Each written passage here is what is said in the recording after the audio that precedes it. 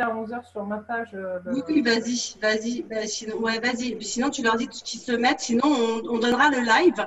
Ça sera on va remettre pour exceptionnellement un replay sur la chaîne YouTube ou sur ton groupe, si ça va pour toi. Ouais, sur ma page, je vais mettre un. Alors,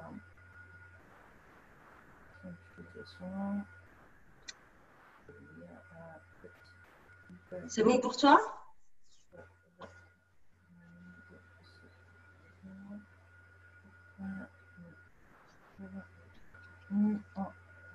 Tu m'enverras la vidéo dans la journée?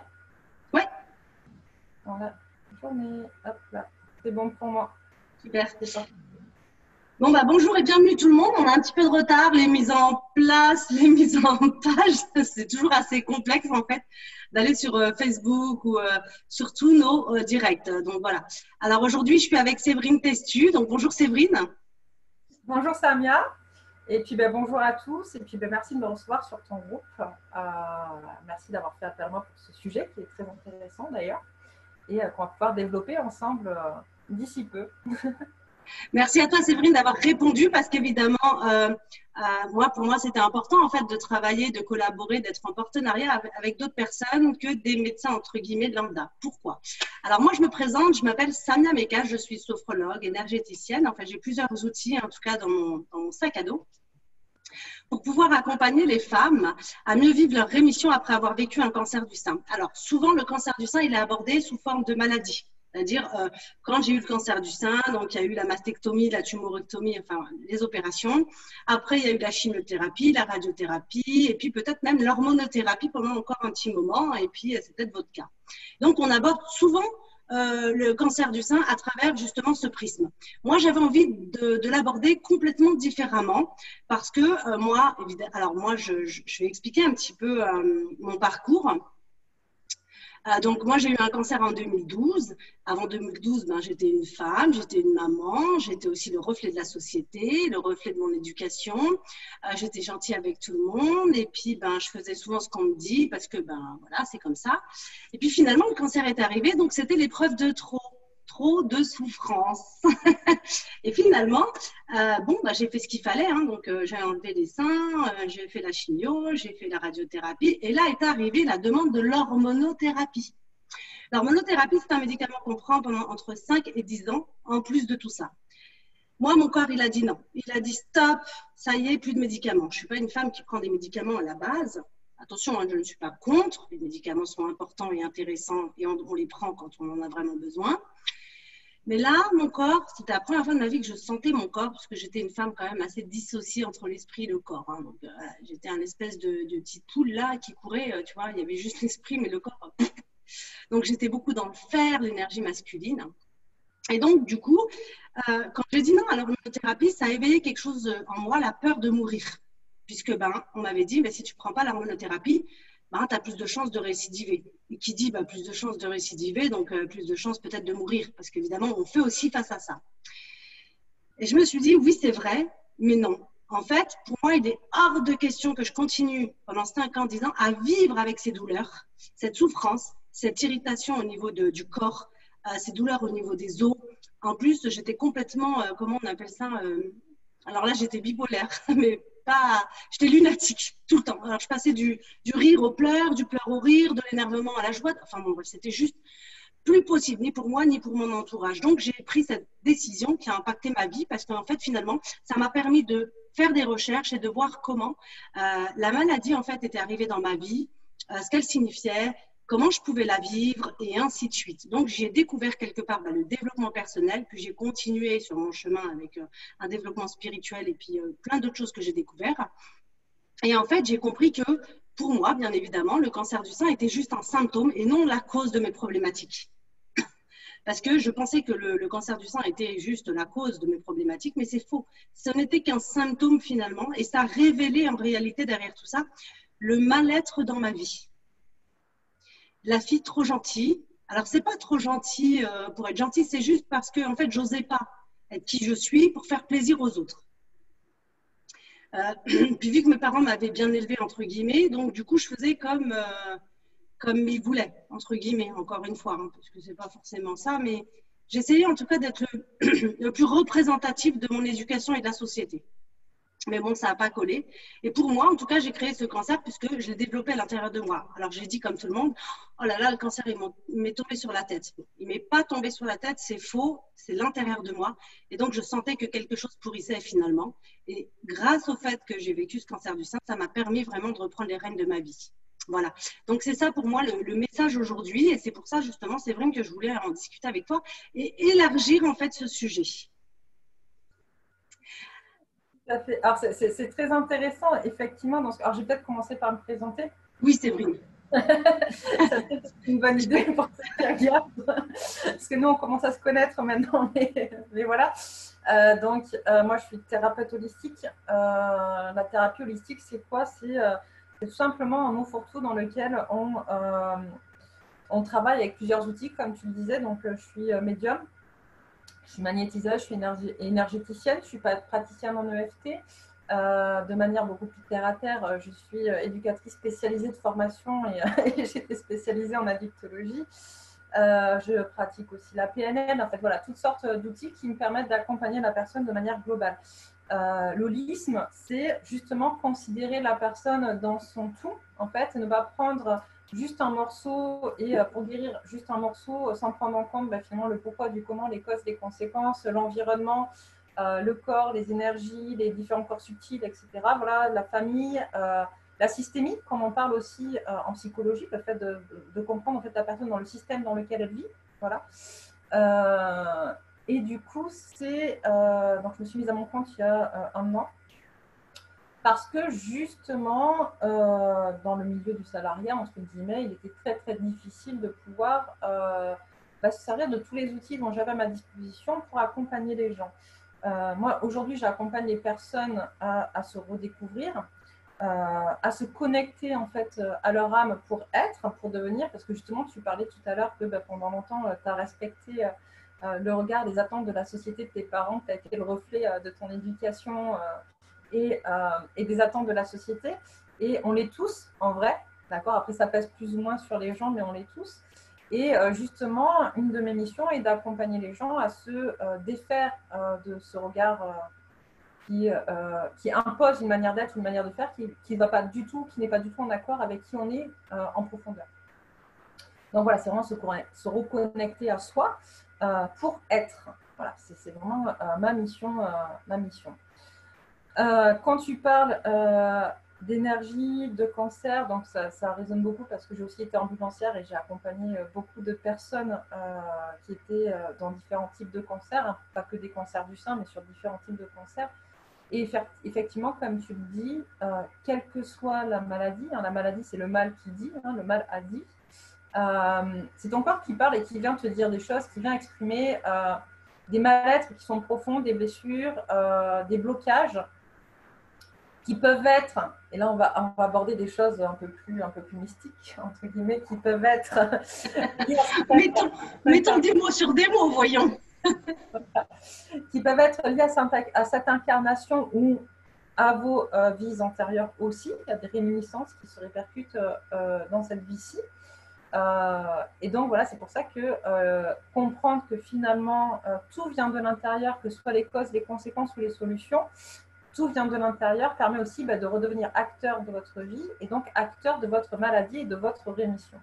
Voilà, c'est un peu ça aussi.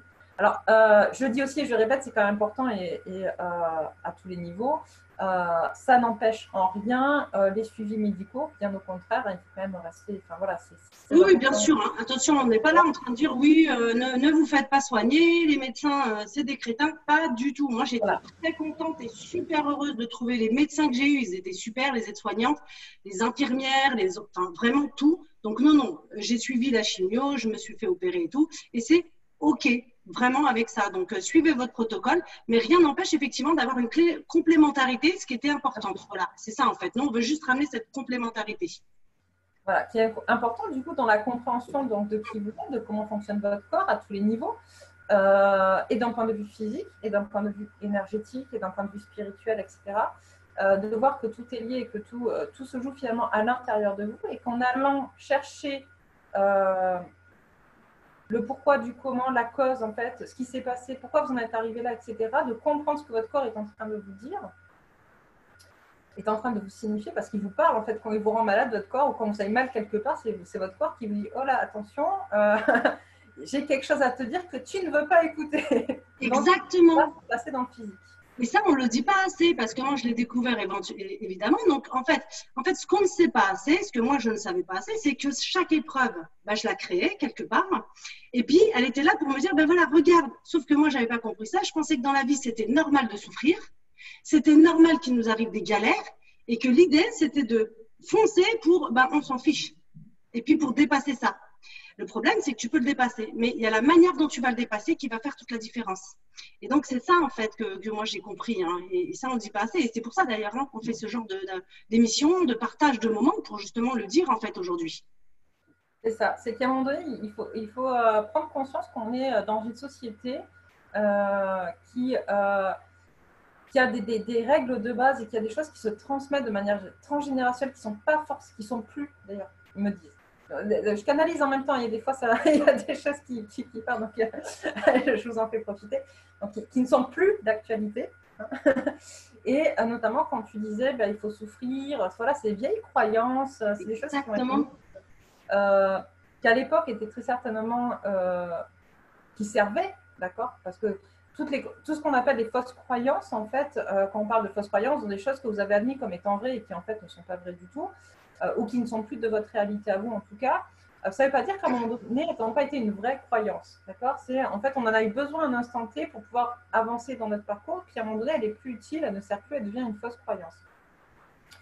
Et donc, ce côté, donc, il faut souffrir. Moi, je sais que je le vois beaucoup, par exemple, quand on parle de travail, quand j'accompagne des personnes à avancer aussi sur leur parcours professionnel, le côté, pour gagner de l'argent, il faut souffrir. D'accord ? En fait, si tu ne souffres pas assez dans ton boulot, c'est normal que tu n'aies pas une bonne paye. C'est exactement ça. Moi, toutes mes clientes, elles me disent la même chose. C'est-à-dire qu'il faut d'abord souffrir. Bah oui, mais attends, elle ne voit pas comment, sinon elle va gagner son beurre, son argent du beurre. C'est très compliqué, effectivement, toutes ces croyances. Tu sais qu'on a bien intégré qu'il faut souffrir pour gagner sa vie. Parce qu'en plus, c'est pareil, cette phrase, je la déteste. Gagner sa vie. Alors moi, c'est bien une chose que, évidemment, je la déteste maintenant, mais avant, je le disais. Gagner ta vie, mais tu l'as déjà gagnée quand tu es né. Tu es déjà venu t'incarner. Tu ne gagnes plus ta vie. Tu gagnes de l'argent, mais pas ta vie. Et c'est aussi, moi, je trouve énergétiquement très, très lourd. L'autre jour, je lisais un truc qui était très intéressant. Je ne me rappelle plus, parce que du coup, je lis plein de choses et je ne me rappelle plus jamais ni qui, ni qui. T'inquiète pas, on est tous là. Mais voilà, donc manque de ressources, excusez-moi. Mais je lisais quelqu'un qui disait, en fait, déjà, tu as tout gagné quand tu viens au monde parce qu'il faut savoir que tu es déjà un choix parmi, je ne sais plus, X milliers de spermatozoïdes qui sont venus donc rencontrer nos ovules. Donc déjà, il y a eu un choix sélectif à ce niveau-là. Mais qu'avant toi, tes parents ont été aussi un choix sélectif et qu'en fait, finalement, si tu regardes bien, tu avais une chance sur je ne sais pas combien d'être la personne que tu es. Donc, tu as déjà tout gagné en arrivant sur Terre et en étant incarné dans le corps que tu as, avec l'esprit que tu as, avec les missions que tu t'es données. Et tout est OK, quoi, tu vois. Mais c'est vrai qu'on a tendance, en fait, à nous empêcher d'être. Quand tu regardes un peu la société aussi, c'est vachement important d'un point de vue énergétique, je pense, quand on parle même de cancer du sein. Et après, on reviendra peut-être un petit peu sur ce que c'est, qu'est-ce que ça signifie, qu'est-ce que ça veut dire d'un point de vue énergétique, cancer du sein. Mais on est quand même dans une société où on nous demande d'avoir pour être. Tu vois ? Alors, faire pour avoir pour être. C'est-à-dire que tu vas faire, donc tu vas travailler très dur, tu vas avoir donc le salaire que tu mérites, et puis tu vas être en fonction de ça sociétalement. Alors qu'en réalité, effectivement, tu as tout à fait raison, prenons à l'envers. Et ça, c'est très rare. Il faut d'abord être pour faire, et ensuite tu as en fonction de qui tu es, et non l'inverse. Et c'est vrai que ça, c'est problématique. Voilà. Alors, j'irai un peu plus loin dans ce que tu es en train de dire. Moi, je ne mets jamais le verbe faire dedans. Pourquoi ? Parce qu'en fait, je trouve qu'on est dans une société où bizarrement, on va avoir deux types de personnes, celles qui vont devoir faire pour avoir, pour être, et celles qui vont vouloir avoir pour pouvoir faire, pour pouvoir être. C'est voilà. Et parce qu'on est aussi dans une course à la consommation, d'accord, qui veut que tout arrive comme ça en claquant des doigts. Et donc, du coup, les gens veulent avoir des choses pour pouvoir faire des choses. Tu vois, par exemple, je ne pourrais pas, je sais pas, faire ça si je n'ai pas une voiture. Donc, c'est avoir une voiture pour pouvoir faire quelque chose. Tu vois, enfin, on est tout le temps dans des notions comme ça qui sont très, très rapides. Et voilà, il faut que ça bouge sans qu'il y ait forcément une compréhension du pourquoi tu as besoin d'avoir pour faire ou du pourquoi tu as besoin de faire pour avoir. Parce que finalement, tu n'es pas dans le l'être. Et à partir du moment où tu es dans le l'être, effectivement, ce que tu vas vouloir avoir sera complètement en correspondance avec qui tu es. Et tu te rendras compte que tout ce que tu voulais avoir au départ, ben, finalement, tu n'en as peut-être pas besoin. Et que ça ne t'intéressera pas du tout. Quoi, tu vois. Et il n'y a qu'à voir, soyons honnêtes les uns envers les autres, le nombre de choses qu'on accumule chez nous. D'accord. Parce que sur le coup, c'est un peu genre, ouais, je le veux, c'est intéressant. Tu t'en sers 3 fois, puis ça reste dans un placard, dans un coin. En vrai. c'est ça qui est. Et de la même manière, d'un point de vue énergétique, on y revient. Des fois, j'ai tendance à me perdre. Il faut que je me ressente. Je pars un peu dans tous les sens. Mais de la même manière, d'un point de vue énergétique, en fait, on accumule toutes sortes de choses qu'on garde à l'intérieur, dont on ne se sépare pas, d'accord, qui vont créer justement des malaises et des maladies. Parce que au cas où, de la même manière qu'on va avoir du mal à jeter des choses dont on n'a plus besoin chez nous, parce qu'au cas où je peux en avoir besoin, d'accord. De la même manière, on va accumuler des énergies qui sont négatives ou combatives ou violentes, parce que peut-être que je vais avoir besoin de cette énergie-là pour pouvoir combattre quelque chose, peut-être que je vais avoir besoin de cette énergie-là pour pouvoir me séparer de quelqu'un, peut-être que.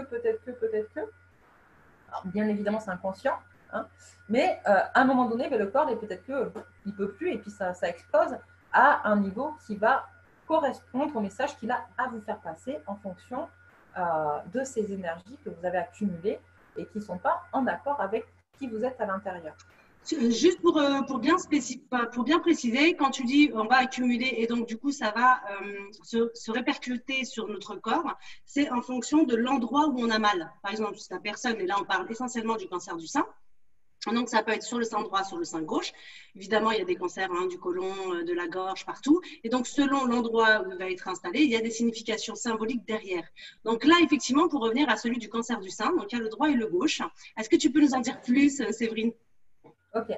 Alors déjà, les seins, d'accord, la symbolique du sein, enfin, ce que ça renvoie en énergétique, on est sur forcément la féminité, la maternité.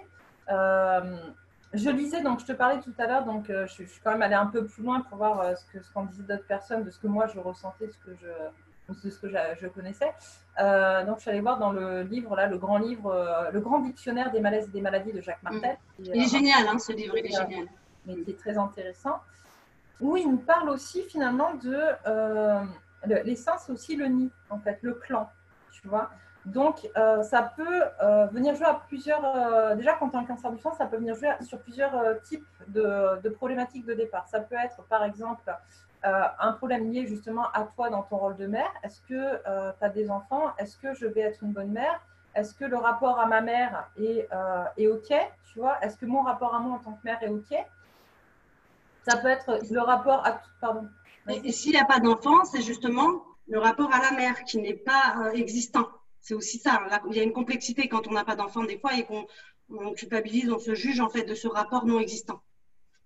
Alors, ça peut être ça, ou ça peut être aussi, donc là, je vais aller plus loin du coup, et c'est parce que j'allais le dérouler, c'est un peu plus tard, effectivement. Ça peut être aussi, par exemple, quand on se retrouve, quelqu'un qui se retrouve avec un adulte qui n'a pas d'enfant, mais qui est un adulte dans son entourage, un parent, un conjoint, un frère, une sœur dont il est très très proche, donc qui fait partie de ce clan, de ce nid, qui est très infantilisé. Par exemple, quelqu'un qui va être malade, qui va se retrouver dans une situation qui va du coup de plus pouvoir de se prendre en charge, d'accord, et que toi, tu vas devoir du coup te placer finalement dans un rôle de parent vis-à-vis de cette personne-là. Ça peut être ta mère, ton père, je ne sais pas, qui est très très malade, et donc tu vas devoir t'en occuper, leur faire à manger, peut-être changer les couches. Enfin, je vais loin, mais toi, du coup, tu répercutes tes rôles. Voilà, c'est ça. Donc, il y a ce côté-là. Il y a le côté difficulté dont tu parlais aussi à pouvoir s'opposer, d'accord, à la société, au regard des autres, pour s'imposer en tant que femme, puisqu'on parle quand même du cancer du sein, donc c'est ça. Et ce dont on ne parle pas, mais je ne crois pas que tu es ce genre de personnes qui regardent, c'est que des hommes peuvent aussi avoir un cancer du sein. Bien sûr.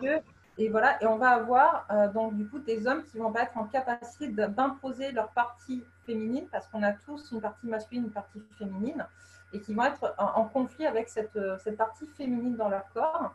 De la même manière que les femmes sont aussi en conflit, donc on a souvent aussi des femmes qui sont très très masculines, qui sont beaucoup dans leur énergie masculine et qui vont être en conflit intérieur avec leurs propres énergies féminines, donc avec le féminin sacré.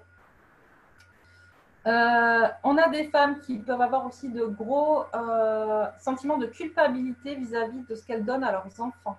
C'est-à-dire, est-ce que j'ai nourri assez bien, entre guillemets? Est-ce que je suis une assez bonne mère? Est-ce que on est aussi sur la peur de la perte de l'enfant. D'accord? Est-ce que ce que je fais, c'est assez bien? Est-ce qu'il ne va pas partir? Ou est-ce que sa vie n'est pas en danger? Est-ce que je ne mets pas sa vie en danger? Ou est-ce que même l'extérieur ne met pas sa vie en danger à cet enfant-là? Donc, on va tout reporter sur l'enfant et plus sur soi. D'ailleurs, il y a énormément de mères. Alors, moi, des clientes beaucoup que j'ai eues, il y a beaucoup de mères, en fait, qui se projettent carrément dans les enfants. C'est-à-dire qu'elles n'existent plus. Carrément, leur vie, c'est leurs enfants. Moi, c'est tous mes enfants. Et donc, du coup, elles n'existent plus. Ça aussi, il y a un vrai rapport dangereux aussi, j'ai envie de dire, là. C'est ça. Mais c'est assez intéressant parce que du coup, ça tourne beaucoup autour de l'enfant, autour de l'enfance aussi. Parce que souvent, le sein, la maternité, la féminité, etc., c'est des choses où les émotions sont cristallisées déjà depuis l'enfance. Finalement, il y a des… parce que tu as eu peut-être un rapport compliqué à ta mère déjà dès le départ, tu vois, ou parce que tu traînes des choses qui viennent de vie antérieure aussi, comme je le disais tout à l'heure.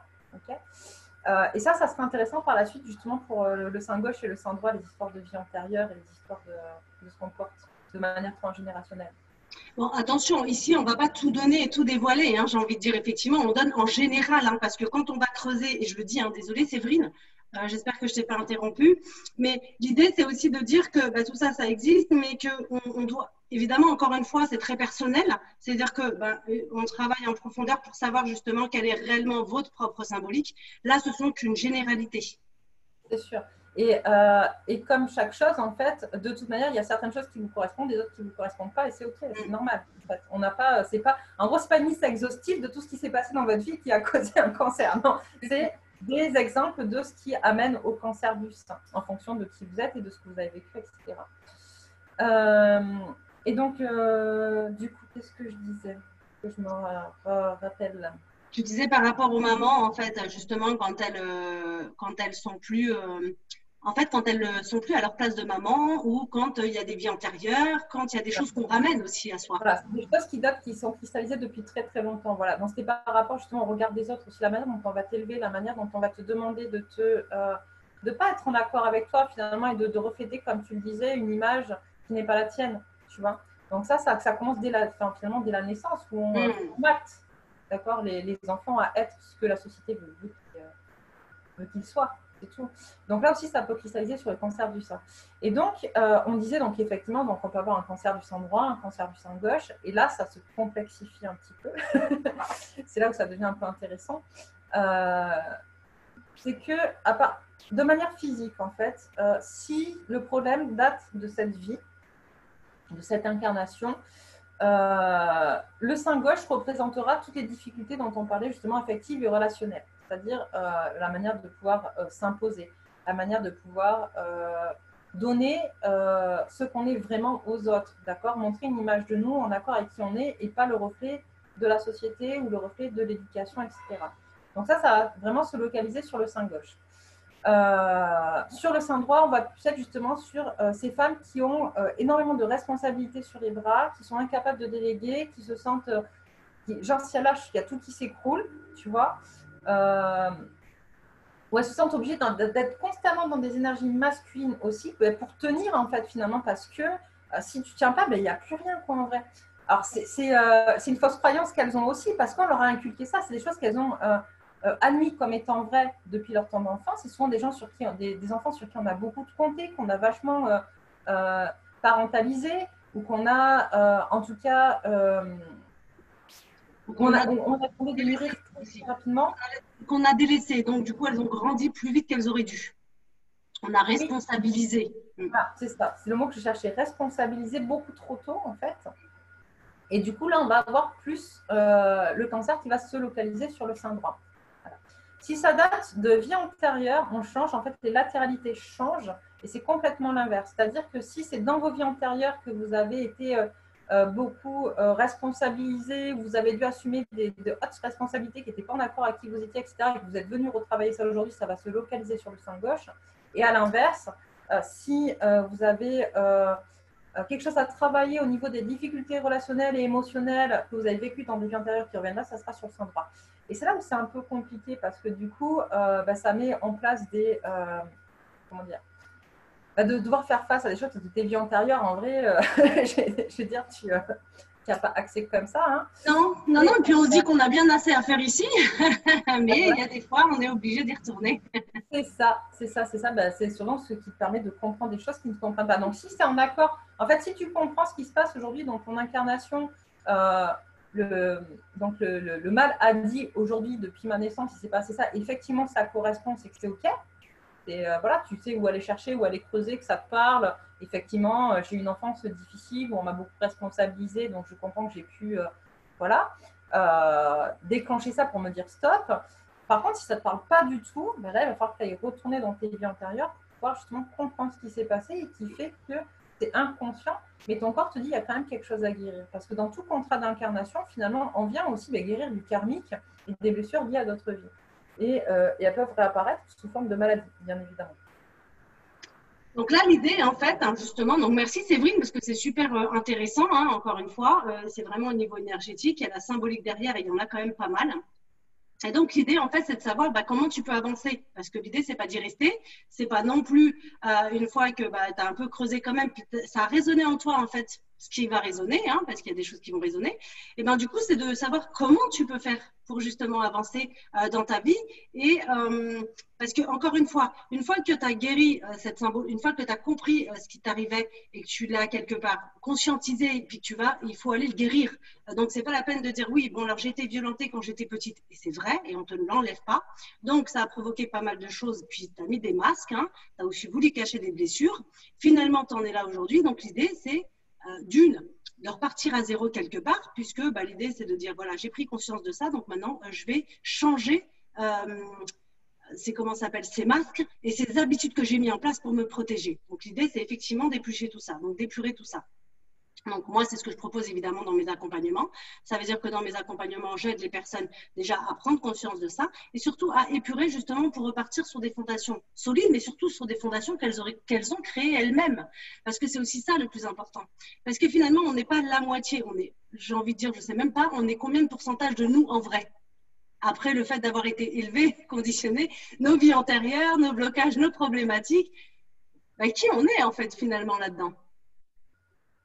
Et en fait, je pense que cette question de qui on est, c'est même pas une question de qui est reliée à un cancer ou à une maladie. Non, bien sûr que non, elle va beaucoup plus loin. On peut tous se poser en fait déjà de base en vrai. Bien sûr. Savoir qui on est. Comment, justement, je crois que comme tu dis, c'est déjà revenir aux sources, c'est-à-dire qui es-tu, se retourner vers qui tu es, qu'est-ce que tu es, etc. Pourquoi tu es là aussi, parce que souvent, quand tu ne te poses pas la question, mais pourquoi je suis là en fait, en vrai, qu'est-ce que je suis venue faire ici, pas sur Terre, elle sert à quoi ma vie, tu vois? Si tu ne trouves pas un but à ton existence aussi, si c'est pas quelle pierre tu vas laisser finalement à l'édifice de cette construction de l'humanité, dire quelle raison tu as finalement d'aller te guérir en vrai. Aussi, tu vois, pourquoi j'irais me guérir de toute manière, voilà, ça va être la merde jusqu'à la fin de ma vie, tu vois, voilà. Alors ça, c'est beaucoup, effectivement, on a beaucoup de femmes. Moi, j'ai eu beaucoup de femmes qui étaient comme ça, c'est-à-dire, oui, mais moi, j'ai eu un cancer et elle s'arrête juste à ça. Ok. Et ensuite, il y a quoi? Il faut aller guérir ça, c'est-à-dire que tu n'es plus malade aujourd'hui, tu es en rémission, voire même bien plus. Pourquoi est-ce que tu restes avec ces pensées-là de la maladie? La maladie, elle est, et on le dit encore une fois, elle est venue juste pour te dire qu'il y avait quelque chose qui n'allait pas. Il y a un livre d'ailleurs qui le dit très bien aussi, Michel Oudoul, le mal a dit, la maladie. C'est juste quelque chose qui a été dit, c'est une information, un message. Et quand tu sais justement découvrir ce message, là, tu peux te libérer en fait. Qu'est-ce qui te retient de rester dans cet état? Alors moi, je vais être un peu dure, mais c'est mon côté un peu des fois trash et clash, et puis parce que je pense que les choses, elles doivent être entendues aussi.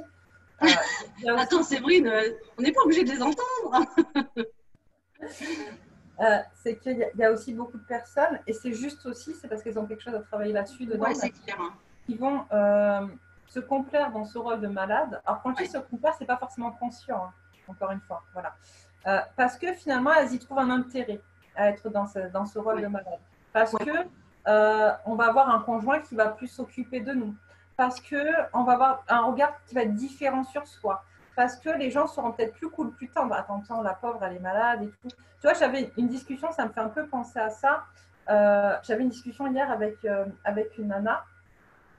Et je disais, bon, moi j'ai travaillé donc pas mal de temps avec des toxicomanes SDF.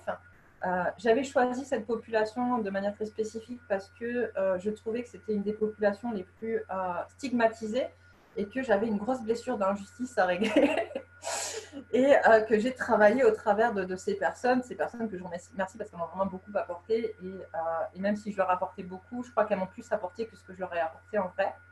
Donc voilà. Mais je disais pourquoi en fait, parce que du coup, tu vois par exemple dans la société, quand tu as des gens qui sont handicapés et qui a des problèmes et machin, et qu'on leur octroie des aides ou qu'on machin, etc., tu vois, c'est normal parce que le pauvre, il est handicapé. Quoi. Voilà, c'est ça. Comme le pauvre, le pauvre, il est malade. Donc du coup, il y a une espèce de chose qui se passe où d'un coup, on place ces personnes un peu dans une espèce de cocon, enfin de choses plus douillées, tu vois, que les autres. Exactement. Et tu as raison de le préciser, Séverine, parce qu'en plus, tu rajoutes bien « oh la pauvre ». Oh, le pauvre. Alors, du coup, tout de suite, on victimise ces gens-là et puis on dit, oh, le pauvre. Alors, du coup, c'est vrai. Alors, moi, je ne vais pas te mentir, j'ai aussi vécu ça. Et puis, beaucoup de mes clientes, quand elles arrivent avec ça, ça me fait très rire parce que moi, je me rappelle de cette époque-là où je vivais ça. Et j'en ai pris conscience et je me suis dit, hors de question, en fait, que je continue justement déjà à culpabiliser les autres pour avoir ce que je veux moi.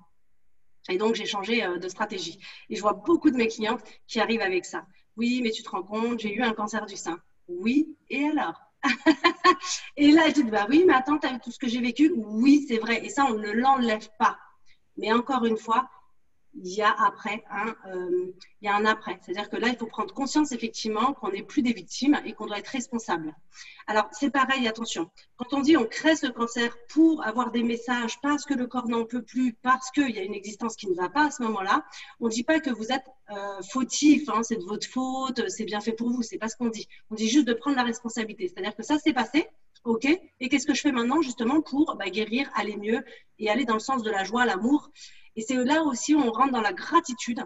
Donc, la gratitude de dire merci à cette maladie. Moi, c'est ce que j'ai fait. En tout cas, je dis merci chaque jour à ce cancer qui m'a permis justement d'évoluer, grandir et enfin transformer ma vie comme vraiment je l'entendais et je la voulais. Donc, moi, chaque jour, en fait, je remercie cette maladie. Et c'est d'ailleurs pour ça que j'ai choisi de parler de cette maladie d'une autre façon, complètement ouverte. Et peu importe, évidemment, parce qu'il y en a d'autres, ça ne plaira pas. Mais j'ai décidé de le faire parce qu'elle m'a sauvé la vie. Et ça, pour moi, c'est important. Et elle a sauvé la vie de plusieurs personnes. Le fait d'avoir atteint ce niveau-là de souffrance a fait que justement, un jour, tu te lèves et tu te dis, ce n'est plus possible.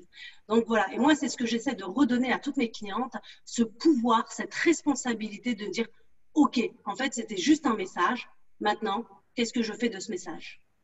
Et c'est important parce que du coup, ce que tu dis aussi, quand tu dis finalement on se crée cette maladie-là, oui, on se crée. En fait, on se l'a créée inconsciemment pour pouvoir se révéler à soi-même des messages qu'on ne veut pas entendre. Donc, du coup, en fait, on reprend conscience aussi de notre pouvoir créateur. C'est-à-dire que oui, effectivement, moi j'aime bien dire à mes clients, et c'est pareil, c'est un peu trash, hein, mais j'aime bien dire à mes clients, ouais, tu es dans la merde, tu as créé ta merde, c'est ta faute. C'est ta faute. C'est dur. Mais si, c'est dur à entendre. Hein. Mais si tu es capable de créer de la merde, tu es aussi capable de créer des choses super bien. Quoi. Tu vois, c'est ça qui est vrai, mais tu sais, quand on est dans cette merde, on se dit, bah non, finalement, c'est à cause des autres, c'est plus simple quand même. Mais c'est là où on reste dans ce rôle de victime. Mais quand tu es en capacité, moi je sais que quand j'étais en capacité de me dire, putain, la merde dans laquelle je suis, j'en suis la seule responsable. D'accord. Alors, j'ai pas eu de cancer, j'ai pas eu de grave maladie. Non, et puis t'en as pas besoin. Hein. Et puis voilà, toi, t'en as pas eu besoin. Nous, on est peut-être des personnes. Voilà. Très, très durs dans notre vie. Comme tout le monde, on a tous vécu des coups très, très durs dans notre vie. Je veux dire, il y a un moment donné, je me suis réveillée et j'ai dit, mais au lieu de dire c'est la faute de mon ex, c'est la faute de machin, c'est la faute de truc, voilà, je veux dire, finalement, tout ça, c'est ma faute à moi parce que c'est moi qui l'ai créé. Parce que je n'ai pas su me positionner, parce que je n'ai pas su dire non, parce que je n'ai pas su mettre mes limites, parce que je n'ai pas su dire qui j'étais et que j'ai accepté de subir des choses. Ok. Et donc, du coup, à partir du moment où tu dis, ouais, effectivement, la merde dans laquelle je suis, c'est ma faute, c'est moi qui l'ai créée. Bon. Donc, du coup, si je suis responsable de ma merde, j'ai aussi la capacité de reprendre mon pouvoir créateur et d'en sortir, d'accord, et d'aller créer des choses qui sont beaucoup plus en accord avec qui je suis et ce que je veux. Alors, c'est pas simple, c'est pas facile, parce que du coup, c'est là où tu te confrontes à toutes tes fausses croyances, à toutes tes croyances et aux transmissions transgénérationnelles, à à toutes tes peurs, à celles que tu soupçonnais et celles que tu ne soupçonnais même pas, parce que là, tu prends conscience de tellement de choses que voilà. Mais c'est possible. Et la responsabilité, parce que ça, c'est très dur de se sentir responsable. C'est-à-dire qu'à chaque fois, lui dire, mais non, mais c'est de la faute, c'est de dire, ah ben non, je suis fautif parce que, pour quelle raison, patati patata. Mais ça, c'est aussi très, très dur d'être responsable. Ça met beaucoup de temps. C'est-à-dire que prendre conscience qu'on est responsable et qu'on est créateur de notre vie, c'est puissant, mais ça demande aussi un chemin. Donc voilà, alors pour toutes les personnes qui n'y arrivent pas, même si elles essayent, ne culpabilisez pas. Je le dis parce que ça, c'est un message important. Moi, j'ai beaucoup de clientes qui, les pauvres, quand elles, voilà, elles sont tout le temps en train de regarder des choses, les autres y arrivent, puis elles n'y arrivent pas, elles culpabilisent. Non, non, non. Ne culpabilisez pas, c'est que pour l'instant, ce n'est pas le moment pour vous. Et c'est OK, parce que chaque chose doit être vécue en fonction du temps, en fonction de ce qu'on est venu chercher, créer, ainsi de suite. Donc, pas de culpabilité. Au diable la culpabilité. Vraiment, faites-le avec le temps que vous avez, l'énergie que vous avez. Et puis, si ça ne va pas pour vous, faites-vous accompagner. Alors, vous allez dire, oui, ben, c'est normal, toi, tu accompagnes et tout. Et Séverine aussi. Et oui, on accompagne. Vous n'êtes pas obligé, mais on sait que des fois, pour aller plus loin, il vaut mieux être accompagné parce que ce n'est pas simple de le faire toute seule. D'accord? Même si ce n'est pas par nous, hein, faites-le par quelqu'un d'autre parce que bah, c'est pas simple vraiment de se regarder. En fait, moi, j'irais même plus loin quand j'y fais de voix accompagner. Ça devrait être une obligation et même pas une supposition. Pourquoi? Parce que nous-mêmes, finalement, on est accompagnatrice, mais on se fait aussi accompagner. Je veux dire, moi, je suis médium. Je veux dire, je reçois des messages pour moi. Et des fois, j'ai même des messages qu'en fait, je ne veux pas entendre. Parce qu'on est humain avant tout et parce que l'inconscient et le subconscient vont venir aussi jouer leur rôle un peu saboteur, qui vont faire que il y a des choses que vous n'allez pas pouvoir régler, qu'il y a des choses que vous n'allez pas pouvoir voir. Et j'ai juste envie de vous remettre face à vous-même. Combien de fois il vous est arrivé, parce que ça arrive à tout le monde, de discuter avec quelqu'un, d'accord, et que la personne, elle se plaigne ou elle va raconter des choses, et pour vous, mais ça vous paraît logique, c'est ça, qu'en fait, son histoire, vous avez le résultat, vous savez pourquoi, vous comprenez, vous avez la solution, et vous lui donnez la solution, et la personne, elle n'entend pas, d'accord. Oui. Et pour que vous, c'est pareil. Et c'est pas que la personne, elle ne veut pas entendre, comme vous ne voulez pas entendre, ça veut dire qu'à un moment donné, votre inconscient et votre subconscient vont venir faire obstacle, parce que pour eux, il y a des choses qui sont trop violentes en tout, qui ne veulent pas faire remonter au conscient, parce qu'il y a des choses comme ça. Et seul, c'est impossible de passer au-dessus de ça, ou en tout cas, ça prend beaucoup, beaucoup, beaucoup de temps. Les accompagnements, les gens qui accompagnent, ils ne sont pas là pour faire joli, en fait, hein, ou pour gagner de l'argent. Ils sont là parce qu'il y a une réelle raison à ça. Voilà. Ce que je voulais rajouter aussi par rapport à ce que tu disais tout à l'heure sur ne culpabilisez pas, il y a une autre notion qui est très importante, c'est le non-jugement, en fait. À partir du moment où vous aurez compris que vous êtes fautif, on le voit un peu comme quelque chose, genre, bam, tu sais, c'est un peu genre le coup de bon C'est bien fait pour toi, c'est de ta faute. Voilà. Oui. Mais ce n'est pas ça, en fait. Il ne faut pas le prendre comme un jugement. Vous êtes fautif dans le sens où c'est vous qui l'avez créé, d'accord? Mais vous n'avez pas à vous reprocher de l'avoir créé, parce que si vous l'avez créé, c'est que vous aviez besoin de passer par là. Et à un moment donné, on attire toujours à nous les énergies qu'on a besoin de vivre. Okay, pour pouvoir dépasser des stades, pour pouvoir avancer, pour pouvoir prendre conscience de certaines choses aussi, de blocage, de peur ou quoi qu'est-ce. Donc tout ça, en fait, vous le créez. Oui, vous en êtes fautif, mais vous en avez besoin. Donc il n'y a pas de jugement à avoir là-dessus. C'est juste se placer en tant qu'observateur. Bon, ok, il s'est passé ça, ça, ça, ça, ça et ça. J'ai créé ça, pourquoi ça me fait penser à quoi, voilà. Et on rebondit et machin et truc bidule. Et on va arriver à avoir une vision un peu globale, finalement, du pourquoi, du comment. Par contre, il va y avoir encore des choses qui vont bloquer et qui vont faire que, effectivement, comme dit Samia, il y a besoin d'être accompagné pour libérer certaines choses, ou des fois, même ne serait-ce vous allez pouvoir travailler tout seul d'un côté sur certaines peurs ou certains obstacles, et puis à un moment donné, il y en a un qui sera un peu trop violent. Là, vous aurez besoin de quelqu'un ponctuellement. Quand on vous dit faites-vous accompagner, ça ne veut pas dire faites-vous accompagner toute votre vie pendant 50 ans. Ce n'est pas ça. C'est à des moments quand c'est trop compliqué, il faut savoir faire appel à quelqu'un d'extérieur. Oui, et tu as raison, Séverine, de le préciser, parce que nous, on a opté justement pour des thérapies brèves, et non pas des thérapies pendant 50 ans, voilà, où tu es suivi. C'est vraiment des thérapies brèves. À un moment donné, tu en as besoin, tu le fais. Et puis, il arrive ce qu'il arrive, et en règle générale, évidemment, tu prends conscience de tout ce qui se passe. Ça te permet évidemment d'avoir une meilleure valeur pour toi, de pouvoir reprendre estime en toi, confiance en tes capacités, et pouvoir justement cheminer, mais sur l'être que tu es, pour vraiment rayonner en toi, mais aussi autour de toi.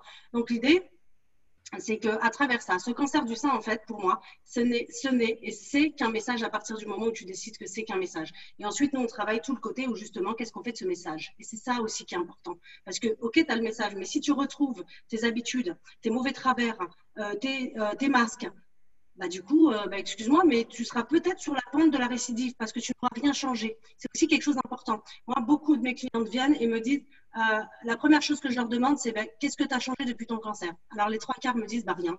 Ah. Donc, si tu ne changes rien, mais le résultat sera toujours le même. Et ça, c'est hyper important, il faut le savoir. Si tu ne changes rien alors que le message a été puissant, le résultat va être le même. Et peut-être qu'aujourd'hui, tu auras eu un cancer du sein, demain, ce sera une autre galère et ce sera peut-être une plus grosse parce que l'idée, c'est vraiment de voir qu'à un moment donné, il y a un impact. Et cet impact, tu dois en prendre conscience. Tu ne dois pas juste te dire, OK, et puis salut. Non, c'est qu'est-ce qu'il veut dire et qu'est-ce que je vais aller chercher derrière. Qu'est-ce que je comprends et qu'est-ce que j'en fais. Et ça, c'est hyper important. Il y a une phrase que j'aime bien d'Albert Einstein qui dit il faut être fou de croire qu'en faisant tout le temps les mêmes actions, on aura des résultats différents. C'est clair. Et j'aime bien ce mot, il faut être fou, tu vois, parce que du coup, en mais fait, oui. c'est ça, dis-toi, mais dans elle est où la logique là-dedans de se dire, elle est où la logique, la cohérence de se dire, bon, ben, je change rien, mais j'espère que ça va changer. Mais moi, je change rien, en fait, à ma façon de faire, mais j'espère que ça va changer. Alors, Séverine, tu as dit un mot juste, c'est l'espoir. Ouais. Oui, mais il n'y a pas de cohérence, tu vois, je veux dire, il y a des espoirs. Non, mais c'est l'espoir. Il faut qu'ils soient reliés à une logique et à une cohérence, sinon ça ne change pas, tu vois. Tu ne peux pas mettre de l'espoir sur tout et n'importe quoi, en vrai. Il faut que ce soit aussi logique, voilà. Et ce que je voulais rajouter aussi, ce qui est vraiment important, c'est que, pour parler, tu disais tout à l'heure comment on peut faire pour se sortir de tout ça. Il existe aujourd'hui une multitude de thérapeutes différents, avec des outils différents, avec une histoire de vie différente. Et ce qui est important, c'est que ça résonne en vous.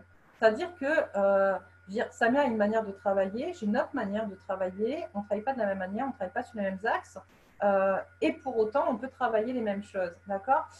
Maintenant, il faut que ça vous parle. Moi, j'ai eu des clientes, par exemple, c'était assez drôle, où elles savent que je suis médium, elles savent que je me sers pas mal de ma médiumnité. Elles m'avaient été envoyées d'ailleurs par des gens, par des personnes qui eux-mêmes fréquentaient des médiums. Et quand je leur ai dit, bon, bah, écoute, moi, si tu veux, on peut aller faire une guidance, par exemple. Ah non, mais moi, j'y crois pas, tout ça. Moi, je viens juste parce que je sais que toi, tu vas m'aider. Et donc, du coup, tu es obligé de réadapter tes outils, tu vois, parce que, enfin, moi, ils sont quand même plus holistiques, tu vois, mes outils, ils sont quand même, voilà. Mais comme le courant passait, même si elle n'était pas sur mes outils, comme il y avait un truc qui était passé, voilà, et bien du coup, on a pu avancer et on a pu lui permettre de régler sa problématique. Et c'est ça qui est important, c'est que des fois, c'est même pas une histoire d'outils, il y a une histoire d'outils, mais il y a surtout une histoire de feeling, d'énergie qui passe entre le thérapeute et le client. Et c'est hyper important. Si vous allez voir un thérapeute que ça ne passe pas, et même si on vous dit que c'est le meilleur des thérapeutes, n'y allez pas parce que vous allez perdre de l'argent pour rien et vous allez surtout pas guérir. Le but, c'est votre guérison, d'accord? Donc, il faut vraiment que, voilà, quand vous rencontrez le thérapeute, il y ait ce truc qui se passe, ce lien qui se crée, un lien de confiance. C'est important d'avoir un lien de confiance avec le thérapeute pour que vous puissiez guérir. Parce que s'il y a ce lien de confiance-là, de toute manière, les énergies seront là pour que vous puissiez avancer et guérir ce parcours. Maintenant, s'il n'y a pas ce lien-là, s'il n'y a pas cette chose, cette petite flamme, cette petite étincelle qui se passe entre le thérapeute et le client, ça sert strictement à rien. Moi, je sais qu'il m'arrive de refuser des clients parce que ça ne passe pas. Et que du coup, je me dis, ça ne sert à rien d'entamer un suivi où il n'y aura rien qui va se passer et où la personne va juste perdre son argent à venir me voir, voilà, ou même de mettre fin à des suivis parce que la personne, ce n'est pas le moment. D'accord ? Ça arrive aussi, c'est pas que dans un sens en fait, c'est que nous aussi on est là pour juger, jauger, c'est pas juger, c'est jauger finalement l'avancée de la personne et de pouvoir dire, bah là peut-être que c'est pas le moment. Prends un peu de temps sur toi et on se revoit, je ne sais pas, dans quelques semaines, dans quelques mois, si c'est ok pour toi, et on continue. Mais il y a des moments où c'est pas le moment. Et ça aussi, il faut pouvoir accepter et le respecter. Merci Séverine, en tout cas pour ce, on va finir là. Alors je sais pas si on a été connecté pour avoir des questions. Donc s'il y a eu des questions donc on n'a pas pu les lire parce que moi je n'ai pas Facebook là-dessus et je n'ai pas non plus sur le groupe. Je suis vraiment désolée. En tout cas si on voit vos questions juste après, à ce moment-là on va y répondre aussi. Hein, n'ayez crainte, on va prendre le temps d'y répondre. Puis même à la rigueur si les questions reviennent beaucoup, on refera un duo avec Séverine pour justement répondre plus précisément à ces questions. En tout cas j'espère que vous avez eu vraiment les réponses à vos questions en tout cas que vous posiez au départ. Que Séverine, elle a eu la super gentillesse et le professionnalisme d'y répondre. Moi, en tout cas, je suis vraiment très contente, encore une fois, d'apporter ce regard qui est différent parce que je sais que c'est pas facile. Souvent, on dit oui, on va voir un tel ou un tel pour les émotions, le stress et tout. Et puis, on a l'impression que ça coïncide pas avec le cancer. Bah si, en fait, tout est en corrélation et en relation. Donc, n'hésitez vraiment pas, voilà, pour ça. Donc, Séverine, ouais, on va mettre les liens à Séverine pour pouvoir voir où est-ce qu'on peut la retrouver. Donc, c'est Séverine Testu. Ça sera sur Facebook, ça sera sur Insta et ça sera aussi dans ton groupe Ma Voix Intérieure. Hein, c'est bien ça? Alors, moi, mon entreprise s'appelle Ma Voix Intérieure. Donc, même sur Facebook, c'est Séverine Testu, Ma Voix Intérieure. Là où il y a pas mal d'infos de contenu gratuit, ça sera sur ma page Facebook Ma Voix Intérieure ou sur ma chaîne YouTube Ma Voix Intérieure, Voix V-O-I-E, parce que j'ai appris récemment qu'il y avait aussi Ma Voix Intérieure V-O-X sur les réseaux. Donc, voilà, ce n'est pas la même chose. Voilà, parce que je travaille vraiment sur le chemin intérieur, comment retourner à l'intérieur de soi, se recentrer pour aller se retrouver, hein, se reconnecter à soi. Voilà. Et moi, je travaille beaucoup à distance, quoi qu'il arrive, de toute manière, parce que c'est des énergies, il y en a partout. Hein. C'est important de comprendre ça aussi. Et juste un petit truc, si je peux rajouter, s'il y a 5 minutes, parce que je pense que je ne l'ai pas dit, et je pense que c'est hyper important pour la compréhension des énergies. Et je vous laisserai chercher pour ceux qui sont intéressés. C'est de comprendre que pourquoi en fait on parle d'énergétique dans les maladies ou pour caisses.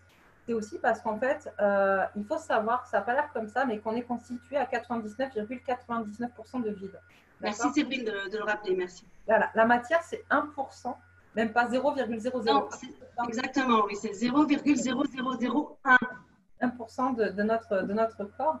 Et que tout ce qu'il y a donc, autour de la matière, finalement, c'est de l'énergie informationnelle qui va venir se greffer dans notre matière pour justement nous apporter pas mal de choses.